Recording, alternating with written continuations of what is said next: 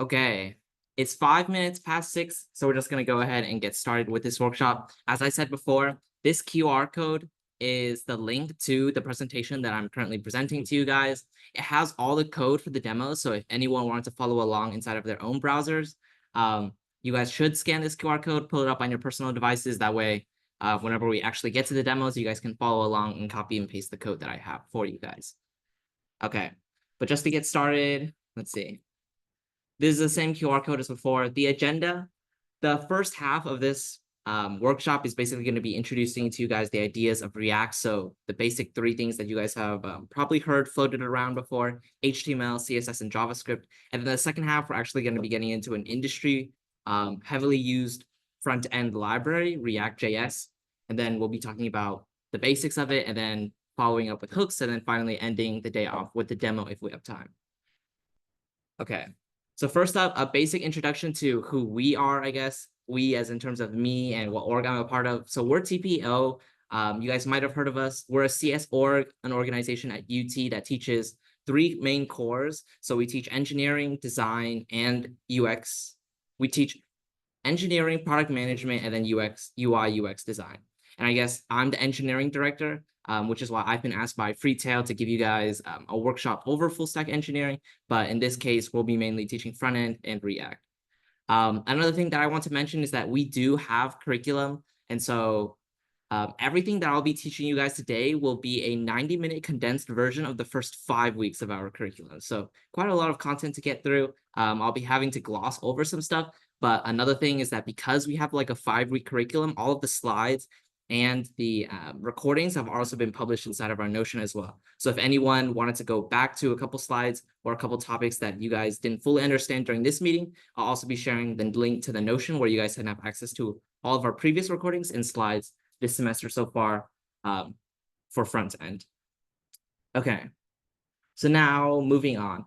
This page, it's pretty much a relic of the past. I mean, I would say if you guys are working inside of a hackathon for this, you guys should follow the instructions to download all of these things. You won't need them for this workshop just because dev environment setup takes a little bit of time, and we'll just be using code sandboxes inside of the internet. But the 3 things you guys will need are Node.js, which you guys can install by going to nodejs.org, npm, and then an IDE, which TPEO uses VS Code, and then I would recommend it to you guys as well.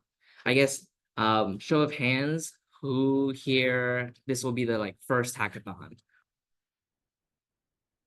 Okay, interesting. And then out of you guys, how many of you guys aren't CS majors? Okay, that's interesting. So I would recommend for the hackathon, if you guys do decide to use React for some type of front end, then I would recommend these 3 technologies. Okay, so before we actually get into front end, it's useful to understand what exactly full stack development is, and then understanding the concept of front end.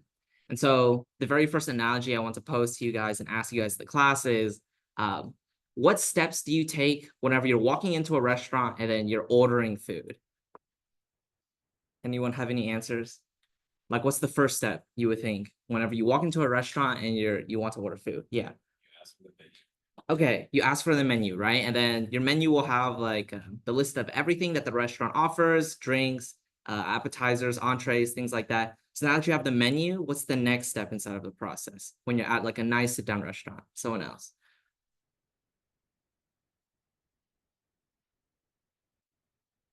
Yeah. Okay, so you choose what to order on top of the menu, right? So let's say you want to order 1 hamburger and 1 glass of lemonade. Okay, so now you know what you want to order. What's the next step? Yeah. Okay, so you can wait for the waiter, or you can call over a waiter, right? So that's the second step, right? So the first step was the menu, then the second step is the waiter. And so let's say during the first step, you take a look at the menu, you decide, okay, I want a hamburger and then a glass of lemonade. And then your second step is you call over the waiter, or the waiter comes over to you, and then you let them know. And then what's the final and last step that takes place before you actually get your food? Okay, so you place your order, and then what happens? You pay, and then what happens? The kitchen prepares your food, right? And so it's basically this transaction between you, the user, the waitress or waiter who's going to be taking your food, and then the kitchen at the very end. And so these three steps are very analogous to what's happening inside full stack development, right? And so the three basic items that I brought up before, the menu that you, the user, interact with, the waiter who actually takes your orders and relays them back and forth between the kitchen, and then finally the kitchen who actually processes your orders. Those are very similar and can be taken as equivalents inside web development. So the menu can be compared to the front end or the user interface. The waiter can be connected to the API, which connects the two, and then finally the backend. So for the purposes of this workshop, we're mainly going to be discussing the front end or the user interface. Okay. So in the context of the analogy that I just mentioned, right, the front end refers to a user interface, which refers to the styling and presentation of everything you see as the user. In terms of web development, that basically means everything you see on the screen. So for example, you can take a look at this screen right here. This is a front-end interface. There's a front end, a user interface, and it's everything that you see on top of the screen. And so things like how things work in the background, or maybe sending API requests to other servers, those are not things that are part of the front end. Front end is purely visual, and it's everything that actually appears in front of your eyes, which is the same thing as the menu, right?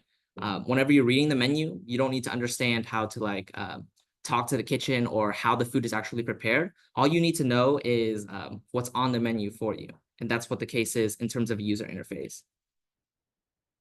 We're just going to briefly gloss over APIs in the backend since we're not going to be teaching them inside of this workshop. But the API is the messenger between you, the customer, and then the kitchen, the kitchen, which is the backend. And so the API is just going to be relaying your requests back and forth to the kitchen, which is responsible for fulfilling all requests.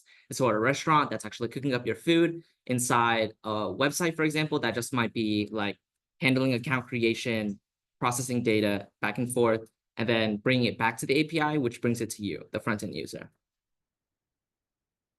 Okay. And so, like I mentioned before, there's a couple things that you guys, if you guys want to use React or HTML, CSS, and JavaScript for your hackathon, you guys should install. They'll basically, these slides will basically just briefly talk about what they are. So Visual Studio Code is an IDE that basically means it's an integrated developer environment where instead of like coding inside of a terminal, for example, it makes things a lot prettier for you guys, and then also provides you a lot of extensions and tools that you can use whenever you're coding, just to make your life a little bit easier. There's plenty of IDEs out there. There's like VS Code, there's Eclipse, there's plenty more, but most people would recommend that you use VS Code because it's light and it's very familiar. There's also Node.js, where if you go to nodejs.org, you can install the latest version. This will be required if you guys want to create React projects on your own device. But like I said before, setting up a dev environment is not part of this workshop just because you can run into a little bit of errors and it takes a little bit of time to debug.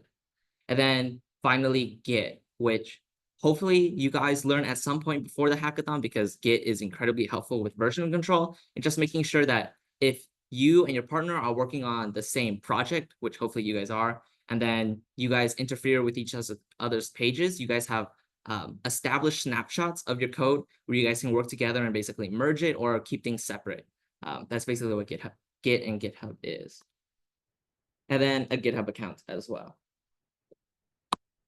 Okay, so now actually getting into the basics of front end. So we're just going to be taking this workshop inside small steps, which is HTML, then we're going to be talking about CSS, then JavaScript, and then how it's all bundled together inside of React. So I have this little graphic over here, which is a great analogy that a lot of front-end curriculums use, which is that HTML stands for the skeleton of a web page, CSS stands for the skin, and then JavaScript for the brain. And so thinking about this analogy in the context of a website, what do you guys think HTML does whenever it's referred to as the skeleton? Any ideas?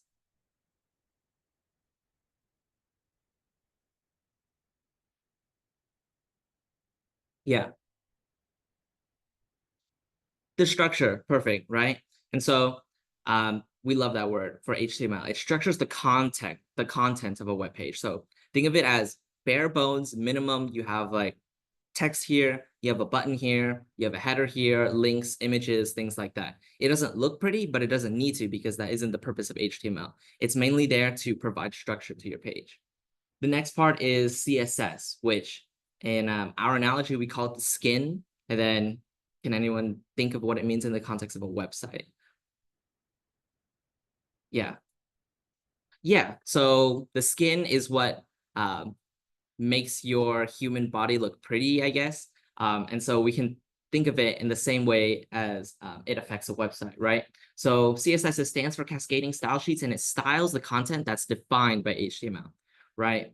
So HTML is the skeleton that actually structures the content of the page. And then on top of that, CSS actually tells your web browser how to render or make the HTML structure code look. And so it does things like handling colors, fonts, layouts, and more. And it changes things like the background color, adjusts fonts, like I said. And then finally, once we have the skeleton and the skin, the next part is JavaScript, which represents the brain of human body. Does anyone know what this means in the context of a website? So we have the bones, the structure, we have the skin, which styles the content, and then finally we have something called the brain in JavaScript. Yeah. Yes. So it actually makes like the muscles move. It actually connects everything together and adds functionality, right? So JavaScript, what it does is it adds interactivity and functionality to a website, which makes it dynamic. And so now you're getting things like you have a button with HTML, clicking on it doesn't do anything. Then you have CSS, which can make the button look pretty. And then finally JavaScript, where when you click on the button, something actually happens. So it like submits data to a website. You're like adding a new element to a list, for example. Okay, so now we're just gonna hit all three. All right, so the first part, HTML, it stands for Hypertext Markup Language, which is just the standard markup language that's used to display elements inside of a web browser. And then, like I said before, it's aided by CSS to make it look pretty, and then scripting languages such as JavaScript to actually make, to add interactivity and functionality. And then, like I said before, the key role of HTML is to define the layout and organization of a web page's elements, such as text, images. Everything you see on a page is an HTML element. Okay. And then finally, the basic structure is that HTML uses tags to mark up content, but we'll be talking about the syntax in the next couple of slides. Okay, so how does HTML work? So HTML elements, think of it as the basic blocks of an HTML document. So that consists of things like paragraphs, like text, images, headers. Every single tiny thing you see on top of a page, is a single HTML element. And then these elements consist of three things. So it consists of an opening tag, which you guys see the syntax right here with these brackets. So a P tag stands for a paragraph element. So right here, this would be an opening tag of a paragraph. Then you have your content, which is in between these two opening and closing tags. And then finally, you close the elements out with this / right here. So here's an example of what that would look like. So you have your header tag right here, a header 1, H1, that's what that stands for. You have your content in between, and then your closing tag for it. And then inside HTML, you would actually see like a header, for example, followed by a paragraph right here, where you have content. This is a paragraph inside of it. Okay, another thing that's important is that inside HTML, you can place elements within each other, which basically creates some sort of hierarchy or some sort of inheritance structure. And so right here, you have a div, which just stands for like a section of the page. And then within that div, you can have, for example, an input component, which is this block right here, and then this button. So then what that means is that whenever you're working with this specific div element, you're selecting this entire red box right here, which is everything inside of it. So you have your input element right here next to your button, and then the div that wraps around everything. Does this make sense? Okay. So now let's move on to a very short demo where I'll just be showing you guys code, and then we'll be just walking through it. So if you guys have the slides up, you guys can visit this link, which is basically just an HTML sandbox for you guys to run. But if not, you guys can just watch me and then follow along.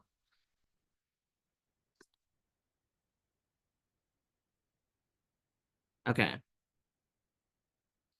So let's take a look at this code, right? This is a very basic HTML file where you have no CSS, no JavaScript. And so while you have your structure down, which is what we'll be focusing on, none of these things actually do anything. For example, this button doesn't do anything. So let's take a look at the structure of a regular HTML document. So it all starts with this line up here, which basically specifies to your browser whenever it parses through this file that, okay, you're about to read an HTML document, which basically means, okay, start parsing it as one. And so it's going to start reading the syntax. And then once it notices these brackets, it'll be like, okay, this is an HTML element. This is what they want me to format it as, for example. And then every HTML file starts with an HTML tag, and then everything inside of it is also closed. So if you guys notice right here, at the very end, there's a closing tag for HTML, and then at the very start, there's an opening tag for it. So basically everything inside right here is inside of this one HTML tag. Then within that HTML tag, you have two sections generally. You have a header section right here, which contains metadata information about the page, which is everything that just isn't displayed on that page. And so, for example, you have like the character set, for example, that the this file will use. You have your content, the viewport, content size, things like this.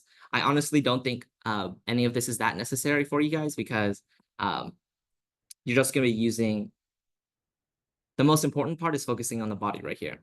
So, all right.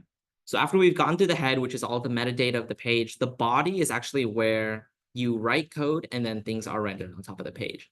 And so you have your body tag right here, and then everything inside of the body is wrapped inside of a closing and an opening tag. So then you can just look at the structure of the page right here and then see how it was mimicked inside of the rendered version, right? So you have a header one tag right here, which is create your account. And then we see that it's right here. And then, for example, if we were to change like header 1 to a header 6 tag, for example, it would make the text smaller, for example, like that. See? But we're going to want it to make it look big. So that's an example of how you can change an HTML element. Then right here, we have an HR, which stands for header row, which is basically just this line over here. Then the next part is this section over inputs for the name, username, and then password. And so inside of this demo, what's happening is all of this is being wrapped inside of a div. And then within a div, we have another div for the section of the name and then the input, right? And so you have a span here, which basically just means an inline element where you add text followed by an input block. And so you can like type in here, for example. Then we basically just copy and pasted this 3 times for the username and the password.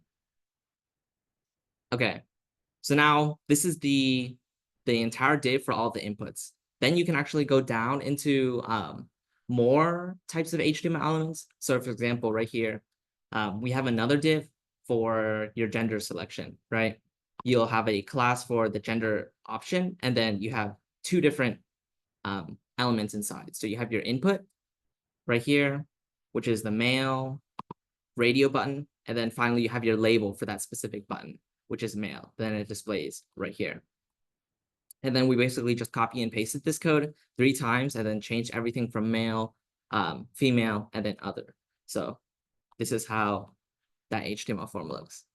Then after this, there's other types of like selections, for example. So right here, we have a select element, which contains 4 different options. And then inside of that, we have our options freshman, sophomore, junior, and senior. A lot of these elements might seem, I guess, new or intimidating to you guys at first, but it's something that there's going to be an HTML element for it. And so if you wanted to look up like, okay, how can I do like a dropdown inside HTML? You just look it up and then you figure out the syntax for it. Because a lot of the time, it's not like you're gonna have to like figure it out on your own. It's just already on the internet for you. It's just whether you know it or you don't. And if you don't, you can just look it up online quickly. And then we also have something cool here, which is like a color picker, where we have to specify the specific attribute of the label for it to be recognized as a color picker, for example. And then finally, a label followed by input type text for these comments right here. And then one final bare bones button that doesn't do anything for now. Does this demo make sense? Does anyone have any questions about it before we move on completely from HTML and then go into CSS? Okay. So now that we know what HTML does, it's time to move on to CSS. Okay. Can anyone remind me what CSS does for the structure of a website or for what it does for a website? It styles the page. So let's talk about it, right? So while HTML provides the structure and the content of a web page, CSS is responsible for the presentation and the styling of the page. So right here, I have 4 different screenshots of the same exact HTML. Nothing has changed. You have like header 1 tags, you have bullet points, you have paragraphs, and then you guys have links. But all of them differ inside the CSS folder and styling that's presented to it. And so while the HTML might be the same, you guys can see based on how drastically different each of these examples are, how much effect CSS can have on a page. Okay, so moving on into what exactly is CSS. So CSS stands for Cascading Style Sheets, and then it describes how the HTML tags that you've written for your structure should be displayed on screen. So it talks about like how big it should be, what color it should be, how it should be resized whenever the page changes, for example. Okay, so there's a lot of words on this page, but the examples will be in the next couple of slides. So let's see, a CSS rule consists of a selector block and then a declaration block. So 2 parts, right? The first part is a selector where you talk about which content on the screen you want to style. And so that's usually an HTML tag, maybe it's the class of the HTML tag or the ID of that one specific HTML tag. And then finally, the declaration block is the second part of a CSS rule where you talk about how you want it to look like. So for example, let's say you have a header 1 tag on top of the screen, you would have to add a rule for it if you want it to be displayed blue, for example. It would look something like a header 1 tag, so you specify H1, and then you specify that you want its font color to be blue. So let's look at an example of what that actually looks like. Okay, here's an example right here of what that looks like inside code. So you have your selector, which is the first part of the CSS rule right here, where we specify, okay, we want to style all header 1 tags. Then after that, we have our declarations, which it looks like right here, we have 2. So we have a property value pair of color blue, and then another property value pair of font size 12. If you add this rule into your code, that basically means that you're specifying all header 1 tags to have a color of blue and to have a font size of 12 pixels. Here's one example of how it looks like, but it's just been placed on one line to look more readable and easier to understand for you guys. But I think here is a industry standard example of what CSS looks like. So right here, all P tags have a color of red, and then their text is aligned into the center. Does this make sense? It's just you have your first element right here, which specifies what exactly you want to change, and then your rules inside of here, which is what you want to set this in the CSS to. Okay, so with that said, let's do a couple of examples. So right here, we have some CSS followed by some HTML. Let me see if I can pull up presenter view. Okay. So let's work together and then get through all 4 of these. So for the first example, we have a header 1 tag here with a class of special heading, hello world. Does anyone know what styles will be applied to this based off of this CSS file? There's 2 rules that we're applying to it. What will this hello world text look like on top of the screen?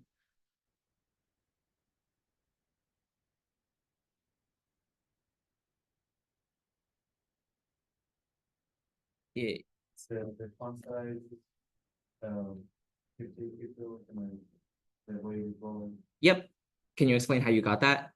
because the class for into the header, for hello world, the class is special heading. Mm-hmm. So then in the CSS code, it's specified the characteristics. Yep, perfect. And so another thing that I forgot to mention is that you can have attributes inside HTML elements. So right here, we have a class attribute of special heading, which we defined, and then we can also have ID attributes.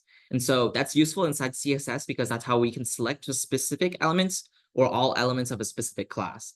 So for example, we have a class right here of a special heading, and then that's syntactically shows up as a period right here. So basically this means all classes that are named special heading, all elements with this specific class, we display it with these attributes.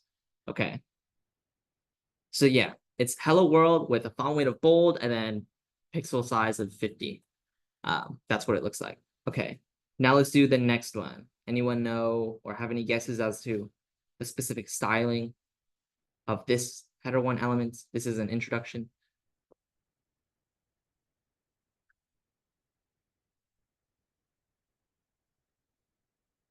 Yeah.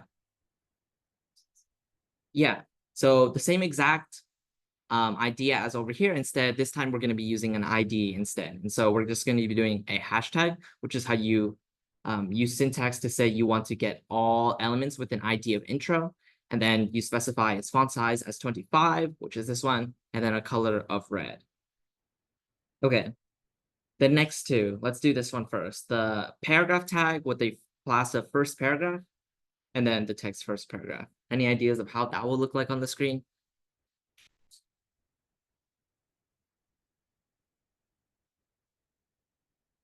Yeah. Okay.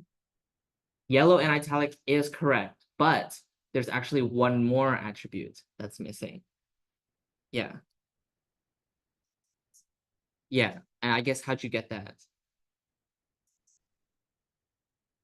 And so one thing important to note about CSS is that it takes it can take multiple CSS rules. And so right here, not only is it a p tag, which means this rule applies to it, but it also has a class of first paragraph, which means this rule applies to it. And so this time, 3 attributes are going to be applied to it. So the text is going to be aligned into the center, the background color is going to be yellow, and then it's going to have a font style of italic. So this is what it would look like.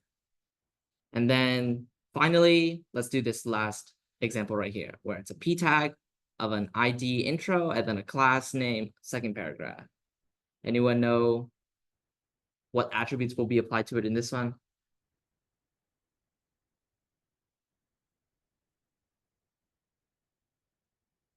There are 5 attributes that are going to be applied to it.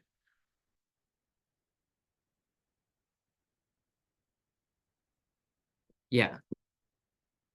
Guess I was like 23 sections, but it's Mhm. like the paragraph, text align centered, read intro ID 12, pixel 25 and red, and then the second paragraph, light blue and dark blue border. Yeah, you're right. And so these are like 3 separate rules, but then inside of them, these are like individual attributes. And so there's like 3 rules that are applied to it, where 5 attributes will be changed. And so you're correct, right? You have your text align inside of the center, font size of 25, color red, light blue background color with a border that's 1 pixel long. It's a solid line, and then it's dark blue. Does this make sense for everybody inside of this demo? Yeah.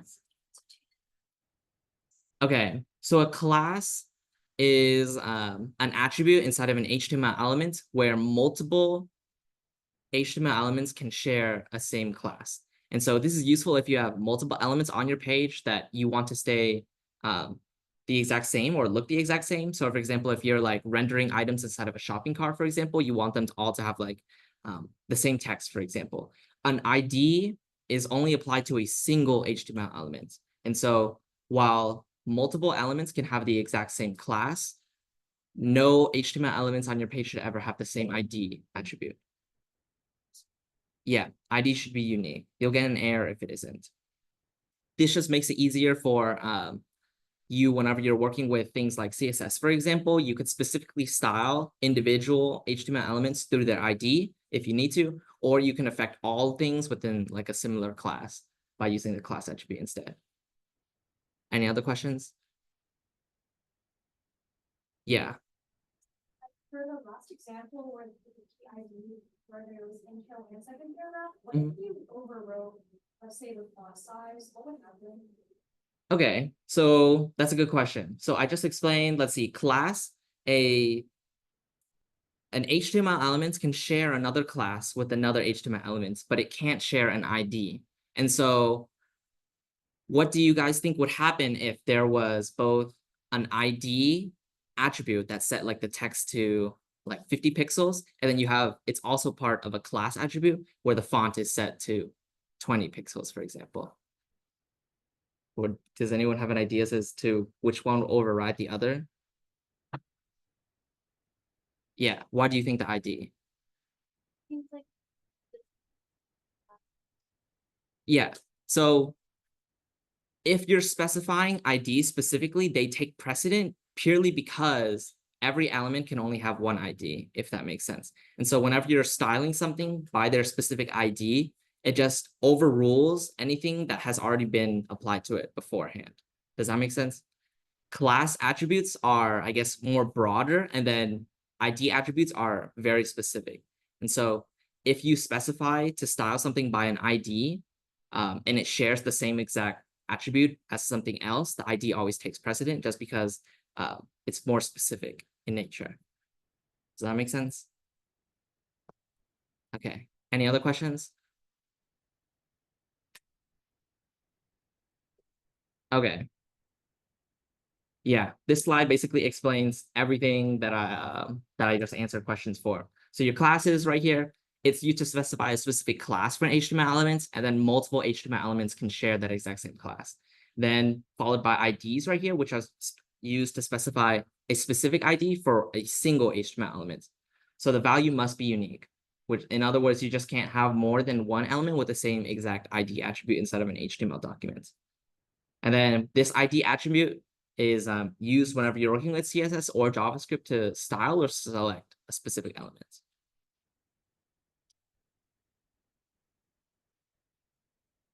Okay.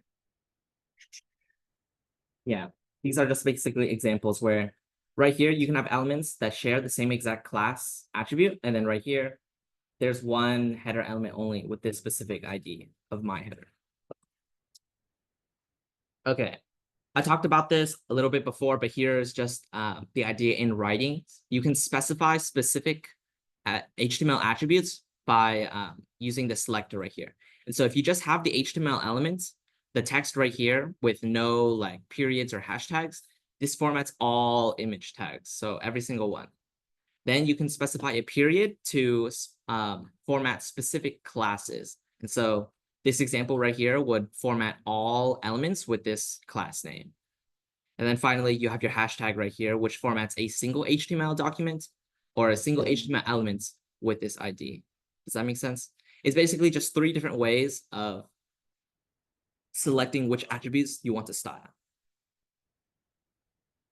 Okay, so let's go look back at that demo. So this code is all CSS code, and we can embed it into our original HTML document right here by inserting into our style or our header component. So right here,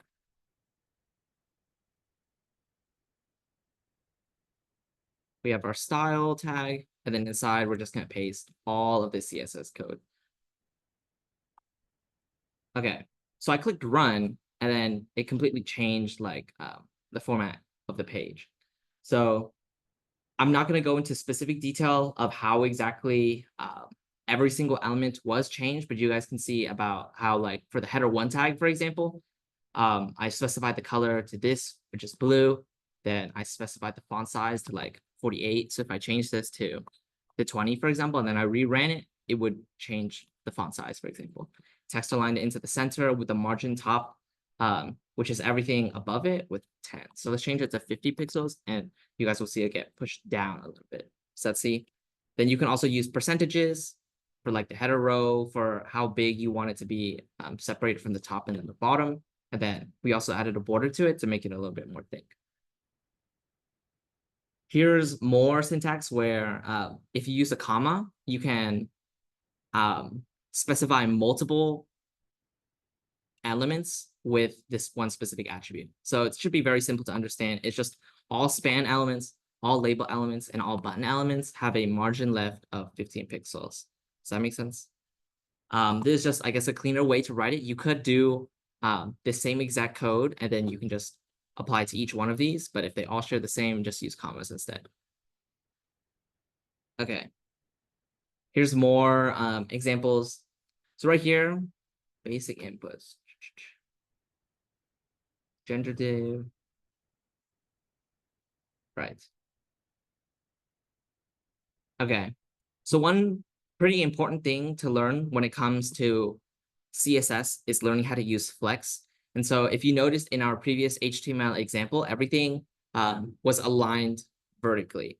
And so whenever you're using CSS, you can choose to align things in a column or a row, which is incredibly important because in the world of front-end development, everything is boxes. Everything you see is a box. And so you see the world inside columns and rows. So right here for basic inputs, you guys can see how instead of being aligned vertically, but one below each another, we are going to change the structure of it into a flex direction of row. And in order to do that, we basically specify the CSS to be display flex, and then we set the flex direction into row.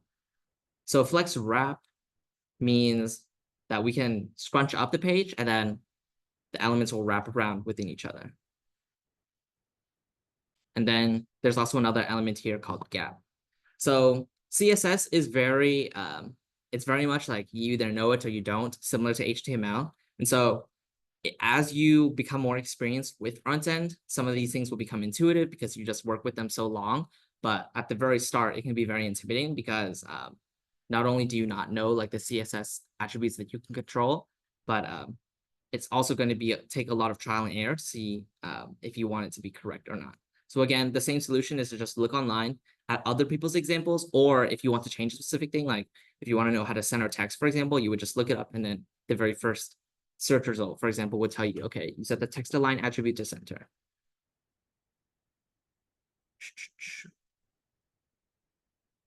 Okay. Does anyone have any questions about CSS? Okay. So moving back into the slides. Now we're going to be moving into basic React, and then we're also going to be teaching, I guess, JavaScript bundled with React. And so knowing all that you know now about HTML and CSS, and then a little bit of JavaScript, which is just another coding language out there, we're going to be pivoting over to React. So what exactly is React? So just to get started, let's see. Okay. I won't do React justice with the like 40-ish minutes that I have left in this demo, but it's like the industry standard for the library used by front-end developers. It's the most popular library for developing websites today in terms of front end, and it's used by like pretty much everybody.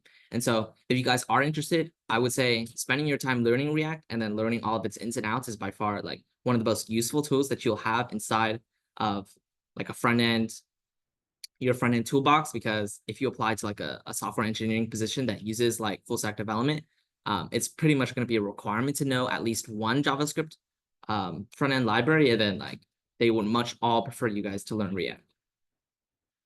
Okay.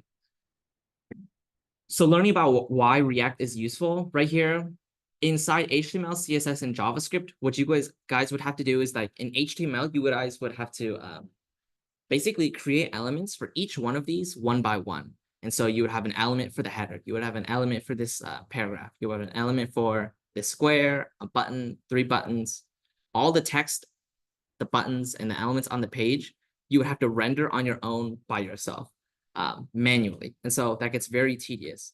And so what React does is it introduces this concept of components where you can create your own components, and then inside of these components, for example, you would have multiple HTML elements inside. So you'd have a checkbox right here, the label, eat, and then followed by 2 buttons like edit and then delete. And then what you can do is once you've coded up this component, all you have to do is you have to call this component again with like one simple line of code, and then you would re-render it again. And so this makes it very useful so that you don't have to copy and paste code. It makes things compartmentalized, and then it also gives you a lot of power whenever you're manipulating the page. Okay, and so one of the things that is used quite extensively in React is called JSX, which allows you to write HTML within JavaScript code and then set the HTML as JavaScript variables. And so right here, you have text, for example. JavaScript is very similar to any other programming languages you guys might know, like Java or Python, where you have variables, and then you have like arrays, for example, which are extremely important. Let's look at an example right here. So inside JavaScript and basic vanilla HTML and CSS, here's what code might look like. You would have to create an element using document.createElement and then specify that you wanted to create an h1 tag. Then you would have to specify what you want inside of that h1 tag, which is hello world. And then you would have to add it to the HTML document with this line of code right here. So this is vanilla HTML, JavaScript, and CSS, which in 3 lines of code, it gets very tedious whenever you have to do this for every single element that you want to add onto the page. And so in React, through JSX, you can write things in a very simple line of code right here that combines both the powers of HTML and JavaScript. So right here, you basically see like a mixed child of both. So you have right here a const element, which basically means you're initializing a constant variable right here. You're going to be naming it elements, and then you're setting that equal to an HTML attribute, which is pretty novel in the idea that you can write HTML code within JavaScript, and then everything works fine. Yeah, so this is creating an element using JavaScript, and then here's what it looks like using JSX. And then another powerful tool that JSX provides is that it lets us embed JavaScript expressions directly inside HTML syntax. For example, right here, again, we have our example where we're initializing a constant variable with a name of elements. We're initializing it to this header1 tag right here. And then inside of that, we can actually insert JavaScript code. So what it looks like is we have to specify brackets around it, which lets the parser know that we're going to be starting to work with JavaScript code. And then we can actually call a function, which returns name. And then we're going to pass in this user object right here. And then so what will be rendered is hello, Vincent Doe, inside of header1 tag on top of the screen. Does this make sense? So JavaScript, it takes a while to get used to, but it's incredibly useful once you guys get the hang of it. So inside the curly braces, we can put any JavaScript at all. We can put variables, and then we can even use functions like we're doing right here, or complex logic. Okay, funny meme. All right, moving on to React components, which are probably the most essential thing about React. Okay, so components are the building blocks of any React application. Just think of them of how HTML elements are the building blocks of HTML. Components are the exact same thing for React. So the definition, the formal definition of a component in terms of React is that it's a reusable piece of the user interface. And so you can think of it as a self-contained piece of the UI, and then it's just a function that returns JSX, which is probably going to be some sort of HTML. And then so I have this bullet point right here. Think about how in HTML, you have specific elements like your div, your button, or your header1 tags. With React, you can create your own custom components that represent different parts of the UI, and then those specific components can have their own HTML elements. We'll be taking a look at a couple examples if you guys don't fully understand it just yet. And so components, like I said, because they're the building blocks of React, everything that's displayed on the screen pretty much is a component. You guys can have components inside components, for example, and then they're also independent of each other. So like I said before, right, they're independent and they're also reusable website building blocks that contain your JavaScript, in this case, JSX, HTML, and then finally CSS. So these components must always return HTML code, which makes sense because it needs to return something to display on top of the page. And so you'll be returning like HTML code, such as like headers, paragraphs, text, stuff like that. And then another thing is because paragraphs are independent and reusable, you can use them across different parts of a website. And so if you have like a component for your button, for example, and you want multiple buttons on your page, all you have to do is you can call that component and then display it again. Okay, so some examples are like a nav bar, search bar, avatar, accordions, modals, things like that. Okay, let's look at a visual example of what components can look like. So right here, we just have a screen of a calculator. And pretty much, I mean, first of all, everything is a component inside of React. And so the root element of the page is also a component right here. And then within this one big component that represents the calculator, you can have your individual components. So inside of that, your next component would be this display screen, which is like, your black rectangle box. And then inside of that component, you would have your own display number component. And then each one of these buttons right here are also its own components that you just talk about how you want them to look. And then, for example, since all of these buttons pretty much look the exact same, except for a few minor differences, you can reuse the exact same code to render on top of the page multiple times. Another idea that you can look at it is that first, you're going to code up your individual components, and then you're going to actually insert them into your code. And so inside of your main file like this, for example, you might import component 2, then display that on the page. You'll import component 3, and then you'll display it twice on the page. Same for component 1, and then you're going to import component 4, and then display it 3 times on top of the page. And so each one of these elements is a component, but you guys can see how they're independent of each other, and then they can be reused multiple times according to your own necessities. Does this make sense so far? Okay, so here's what the code of a component looks like. So now we're actually working inside like VS Code, and we're actually typing things up. So right here, we'll just walk through from top to bottom what each of these lines of code mean. So the first part is inside of your import statements, you have to import everything that you plan to use. And so, for example, every component requires React in order to run, and so you're going to be importing React from the library. Then you're also going to be importing, for example, a CSS file. So this would be like in a separate file. You just import that with this line at the top, and then suddenly all of the CSS rules that you applied inside of styles.css, they would be applied to this page. For example, if you had a style for a header 1 tag, which you guys can see right here, where a color of red, once you import it, all the header 1 tags would look like that. Yeah.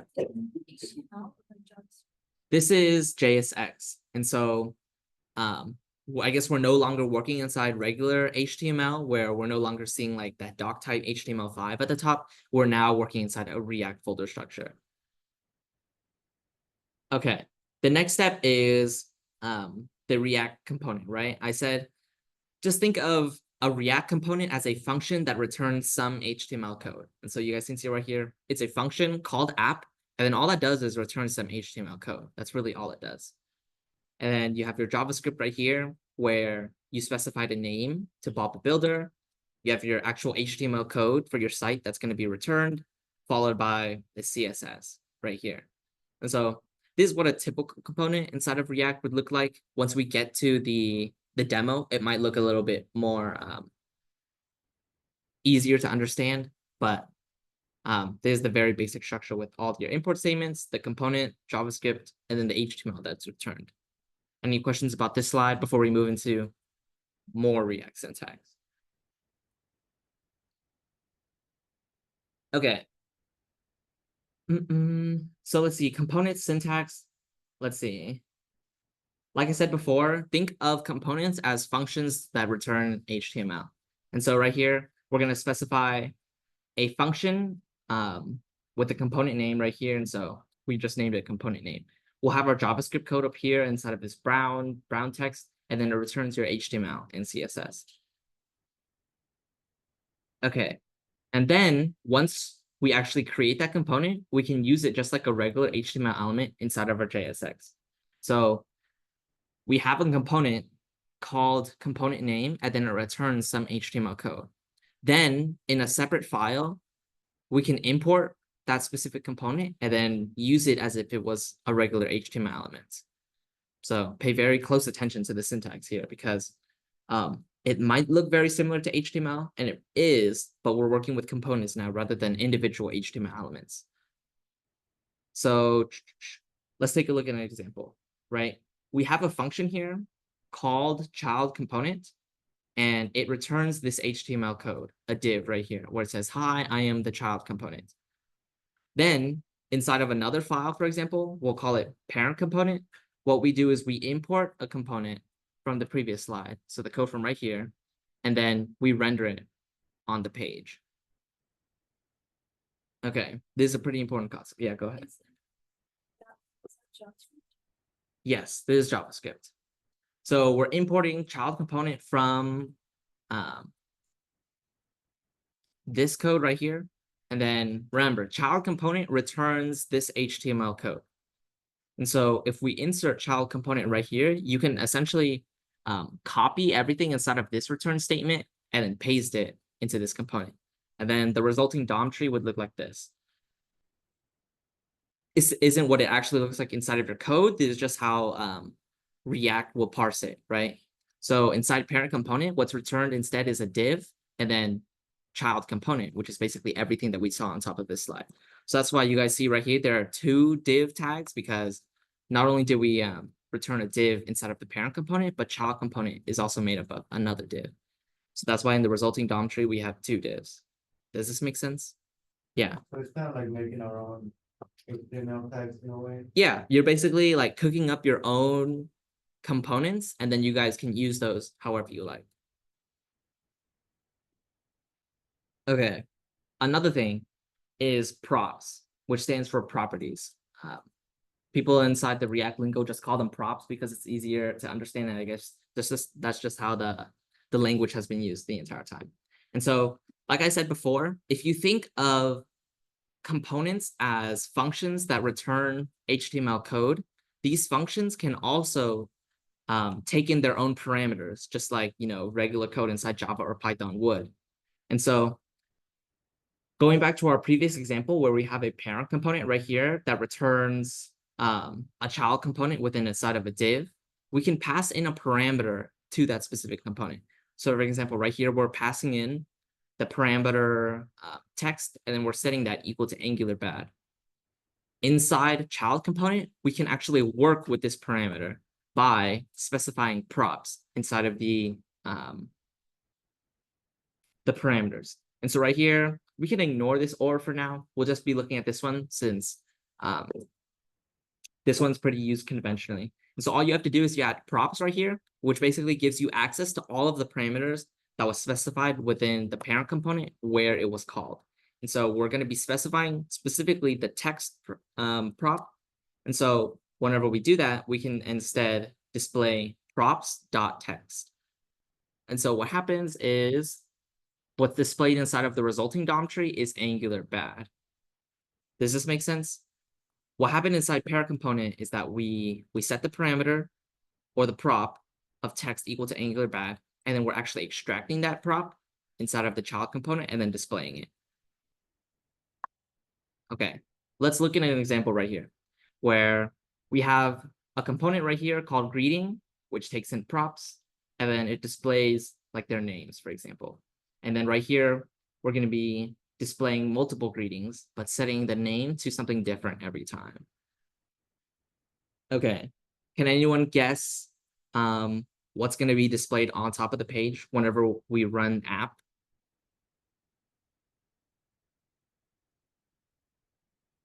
Any guesses?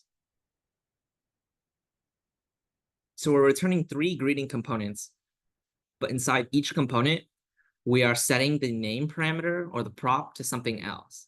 And then I guess take a look at how the name prop is used inside the greeting component. Any guesses to what will show up on top of the screen? Will the greeting components look exactly the same?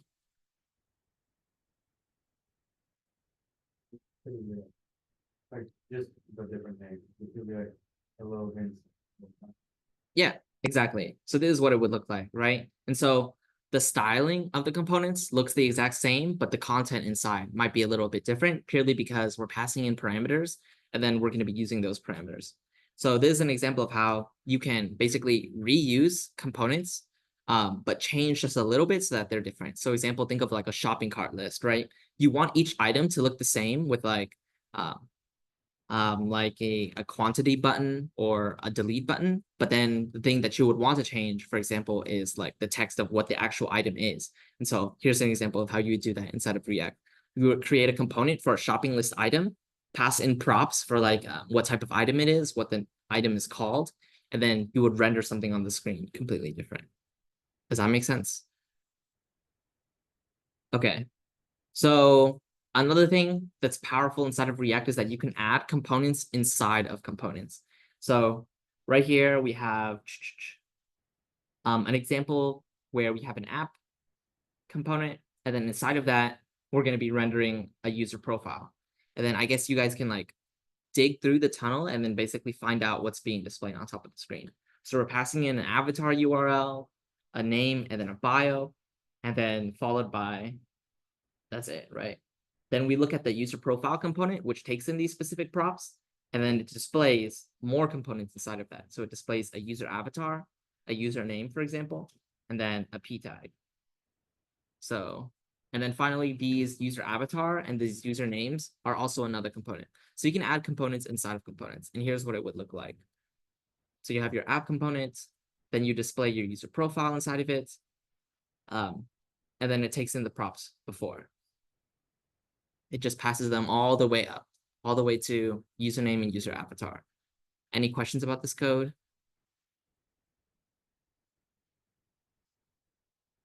Okay. The last thing that we'll talk about that is pretty important inside of React is the idea of state and hooks. And so hooks are utility functions in React that hook into different parts of an application to provide like certain functionality. And so the main two that we'll be talking about are useState and useEffect. And then these ones we won't cover most likely because these are only for super complicated projects. But we won't talk about them inside of this workshop. Okay, so more on hooks and state. And so state refers to everything that you see on top of the page. And so if you took like a screenshot of the page, you would be taking a screenshot of the current state of the page. You can just think of state as that. It's just basically everything that's displayed on top of a web page. And then inside React, you need to change state according to how you want the website to look. For example, if you click on a button and then you want a counter on the page to go up from like 0 to whatever amount, you need to change the state every time that button is clicked because React handles what's displayed on the screen a little bit differently compared to vanilla JavaScript. So whenever state object changes, the component on the page re-renders. Okay, so here's how you use state inside of a component. So first, you import the function from React, for example, useState, and then you initialize the state variable like this. So you set a const for the type of variable, followed by the name of the state variable, followed by the function that changes that state. This might be a little bit confusing at first, but after working with this maybe like twice or 3 times, you guys will get the hang of how state is managed inside of React. So right here inside of this example, we're going to be initializing a state variable with this array. The state variable is called men, and then the function to change that state variable is called setMen. And then we're going to be initializing that to an array of three strings, Bill, Bob, and then Sal. Then the initial state of men, so if you were to console.log men into the console, you would see an array of 3 strings. Then you actually use this setMen function to actually change the state variable. So for example, right here, you would call setMen, and then you would change the array to something like Cal and then Sal. And then once you print out the state variable at this point, men, you would get this new value instead of the previous value. Okay. Another important thing is that you can't mutate state directly. You have to use your function to change that state.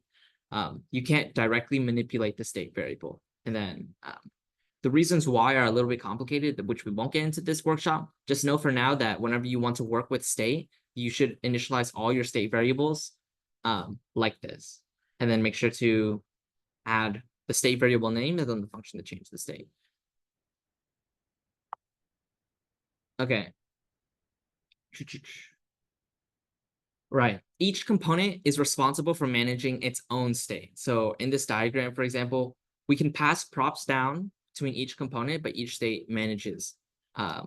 component manages its own state because all of them are independent of each other.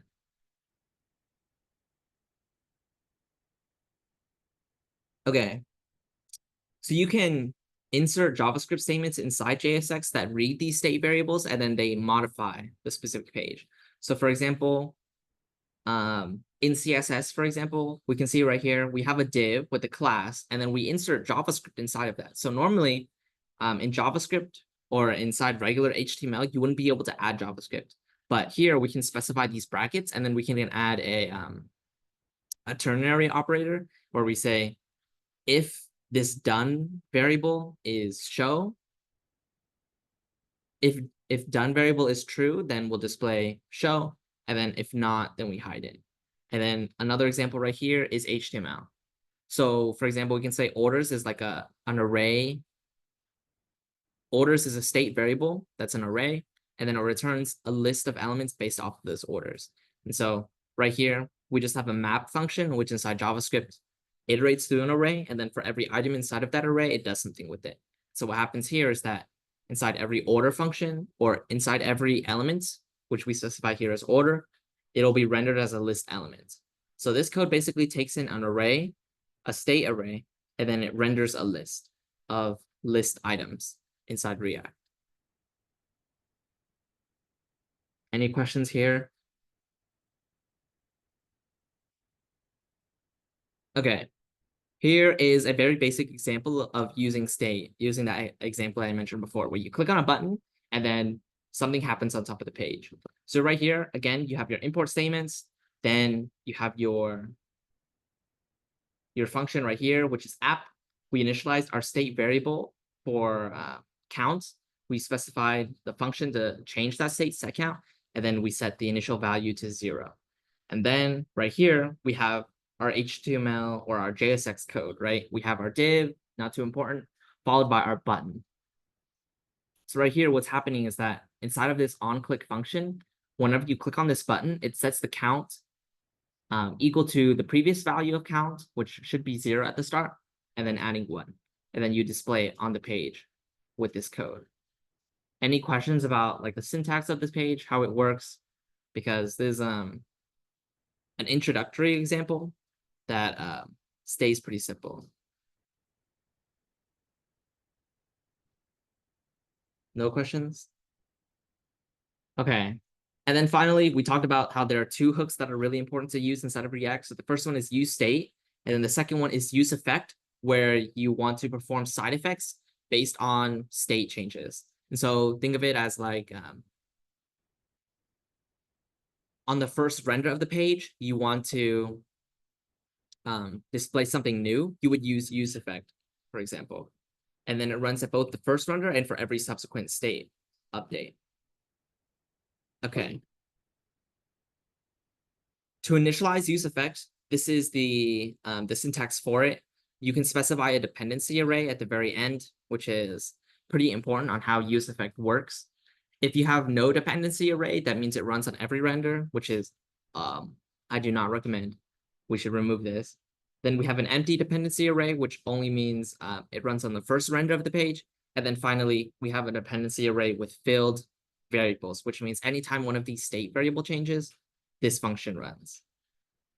Use effect, you can just think of it as a function that runs whenever you want like a side effect on top of the page. So like if the user clicks on a button and you want to run like code that runs on the side, you would use a use effect, for example. Okay, here's an example.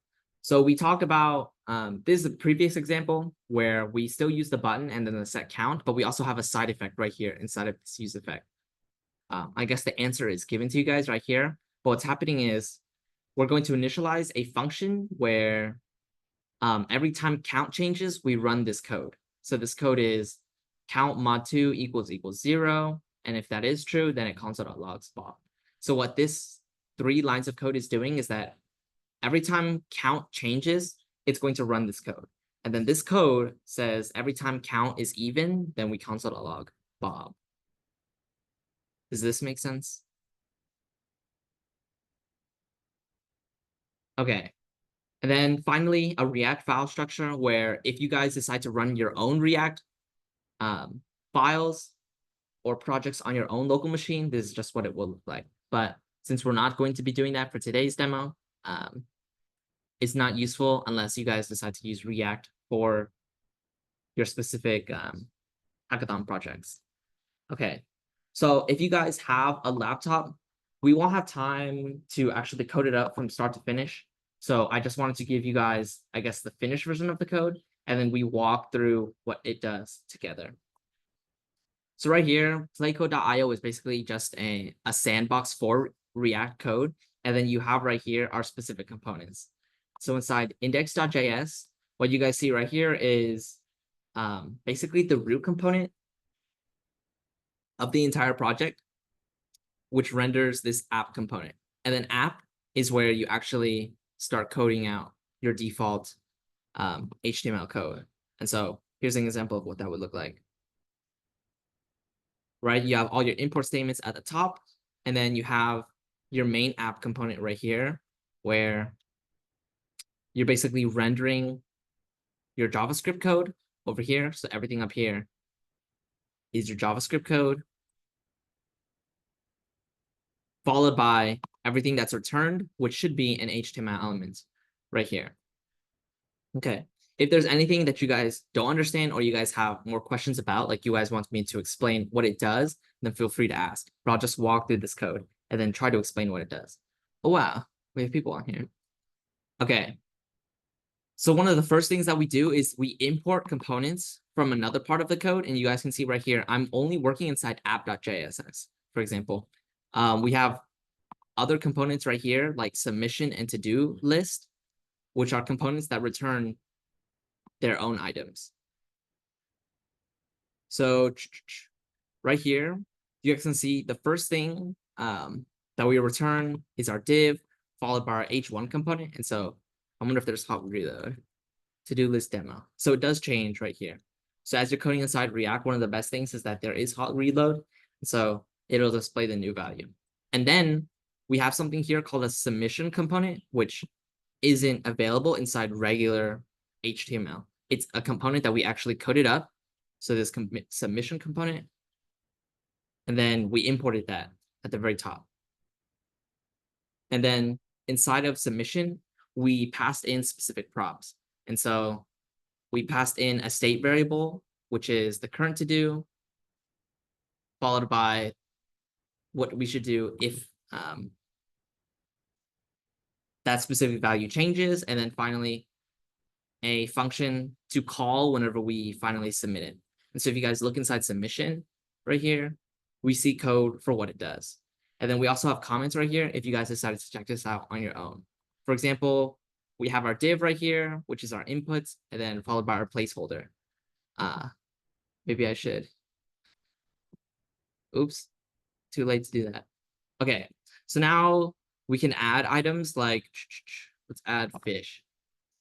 Wait, no, this is a to-do list, not a shopping list. So attend HackTX. We can submit it. And then we have right here an on change. No, we have right here a button where whenever we click it, we are going to be calling the function that we passed into submit. So it shows up right here in our to-do list. And so what we passed into the submit property is inside app.js right here. So every time we click on that button, we're calling this add to do function, which essentially all it does is it adds it to our to-do list. Does this make sense? Any questions about the code? Okay, and then we have another component right here, to-do list, which we also coded up independently of app.js, which essentially all it does is it returns a list. So right here, we passed in our current to-do list as a prop. And then right here, we're going to be using it by taking props.to-do list, and then we're mapping every element inside the to-do list inside of this list element right here. So if I add things like, I don't know, get a good night's sleep, we submitted it, and then what happens is this to-do list re-renders because of our function. And then we also have passed in a function right here where we're going to be doing something whenever we click on it. So remember this, we're passing in a function called mark to do, and then right here, something's going to be happening whenever we click on this function or click on this line item. So right here on click, what we're going to do is we're going to call the function that we passed into it. Okay, and then, so whenever mark to do happens, this code is going to be ran, which the comment up here, it just marks an item as completed and then removes it to the completed list. So if we said, we click on get a good night's sleep, all of the functions run, so mark to do runs, and then it's displayed at the very end down here.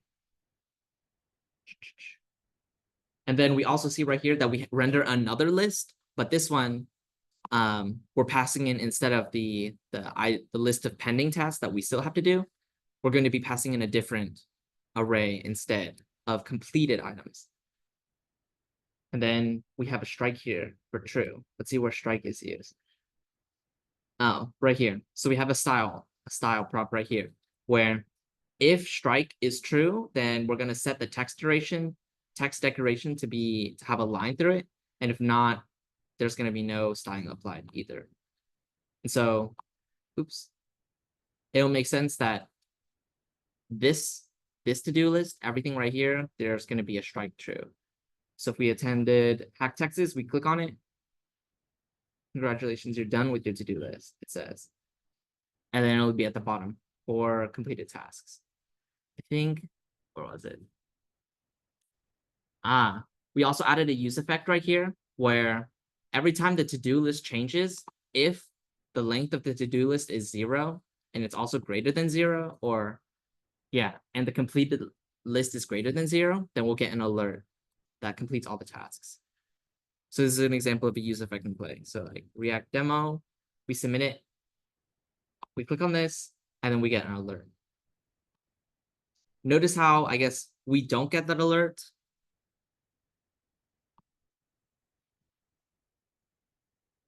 So right now, even though we're pressing let me, this use effect function is going to run, and then we're going to run into this if statement at the very top, which basically make sure the to-do list dot length is 0, which means it's empty, and the completed list is greater than 0. So even though I click on let me, I don't get an alert, even though this use effect ran, because there's still items left to do inside of my to-do list. I can click on it again, and then once that finishes, the completed tasks will update, and since there's nothing left inside of the to-do list, it's going to be completely empty. Any questions so far about the code? I know there's a big step up between, I guess, HTML, JavaScript, CSS, and then a fully fleshed out React app. Okay. So you guys can visit the link here before if you guys have access to the slides and basically look at the code, play around with it on your own. And then you also have a GitHub right here where a previous engineering director inside TPEO in the past created this demo before. Okay. The last slide right here, basically, I'm just going to be promoting TPEO. We have a curriculum going on. Like I said, it's a 10-week curriculum where the first 5 weeks is front end. So everything that I covered here in today's workshop inside 90 minutes was covered across 5 weeks of lecture inside TPEO engineering curriculum. And so if you wanted to join for our second half of the curriculum where we teach backend, so everything that we haven't covered yet, which is like how to call APIs, how to build your own API, how to manage databases. We'll be starting that next week on Tuesdays and Thursdays. And then the link to our Slack is right here where you can scan if you want to attend. Also, for anyone who wants to get a better idea of specific topics that I might have glossed over or I didn't explain in enough detail today, we have a Notion link right here. That is a link to our page on Notion that goes through all of the slides for all of the previous days of curriculum. And so let's see, we've had 9 days of curriculum so far, which is if we have 2 days of curriculum every week, right? We're on the 5th one, where we have the link to the slides. So for example, let's say I didn't review JavaScript too much inside of this workshop, for example. So you could get a link to our slides right here, where you guys can see all of our curriculum for the day, which some of this I had to gloss over, and then our Zoom link as well for the recording. Same as the one like I'm recording right now. You guys can see a recording of the curriculum. And then this is the link if you have access to the slides. And then if you don't have access to the slides, you guys can scan this QR code. If you guys have any questions at all, feel free to message me on Slack about like where can I find material, where can I like explore this content out of class. But other than that, I think that's it. So thank you guys so much for attending the workshop.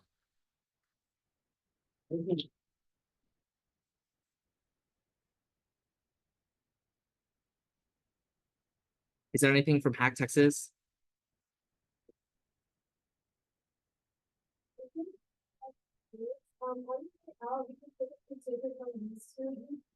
We can use these at our gotcha machine on Texas Tech on Saturday.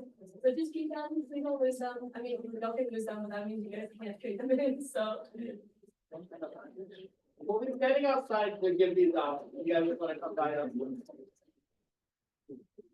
Thank you. Thank you. No problem.